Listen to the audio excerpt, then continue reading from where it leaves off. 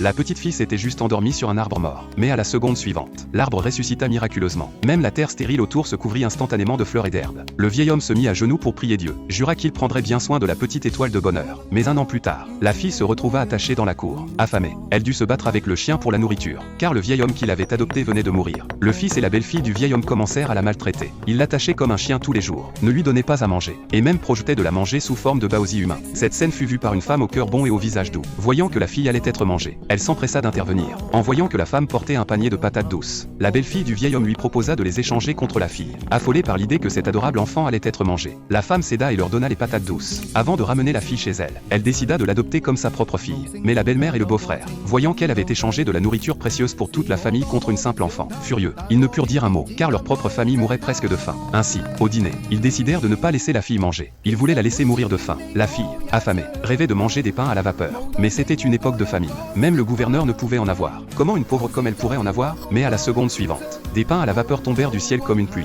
Heureusement qu'ils frappaient leur cour. Cela fit réaliser à la femme que la fille n'était pas ordinaire. Pour tester tout cela, elle demanda à la fille si elle voulait autre chose à manger. La fille répondit qu'elle voulait de la viande. À l'instant suivant, plusieurs lièvres sauvages se précipitèrent dans la cour de la maison. Le grand-père et le beau-frère furent ravis, car leur grand-petit-fils n'avait pas mangé de viande depuis longtemps. Mais seule la femme savait que la fille était un petit porte-bonheur capable de réaliser des vœux. Lorsque le couple de voisins vit que la famille mangeait de la viande, ils comprirent que la maison avait plein de nourriture. Ils se sentirent comme s'ils avaient vendu la fille à bas prix. Profitant de la nuit, ils s'infiltrèrent dans la maison de la femme et volèrent tous les pains et la viande de lièvre. Mais la fille les surprit. Tout le monde se disputa la nourriture. Mais la vieille grand-mère, en raison de sa faiblesse, s'évanouit. Le petit frère et sa femme ne se préoccupèrent même pas de la santé de la vieille. Ils étaient plus préoccupés par la perte de leur nourriture. Afin d'éviter que la grand-mère ne meure dans la douleur, ils prirent une charrette pour emmener la vieille en ville chez un médecin. En chemin, ils croisèrent la princesse du royaume distribuant de la soupe. La princesse, mariée depuis 5 ans sans enfant, distribuait chaque jour pour accumuler des mérites, espérant bientôt tomber enceinte. Mais la fille remarqua immédiatement qu'il y avait 5 âmes d'enfants autour de la princesse. Elle était certaine que la princesse attendait des quintuplets, 4 garçons et une fille. Mais bien que le ventre de la princesse soit plat, elle s'inquiétait de sa situation familiale et ne voulait pas croire à cette histoire. Alors la fille expliqua que l'énergie des 5 bébés entourait la princesse, mais ne pouvait pas entrer dans son ventre, parce que quelque chose de souillé se trouvait dans son jardin. Bien que tout le monde lui conseille de ne pas écouter un enfant, la princesse, désespérée d'avoir des enfants, décida de les emmener chez elle. Elle promit que si elle trouvait quelque chose de sale,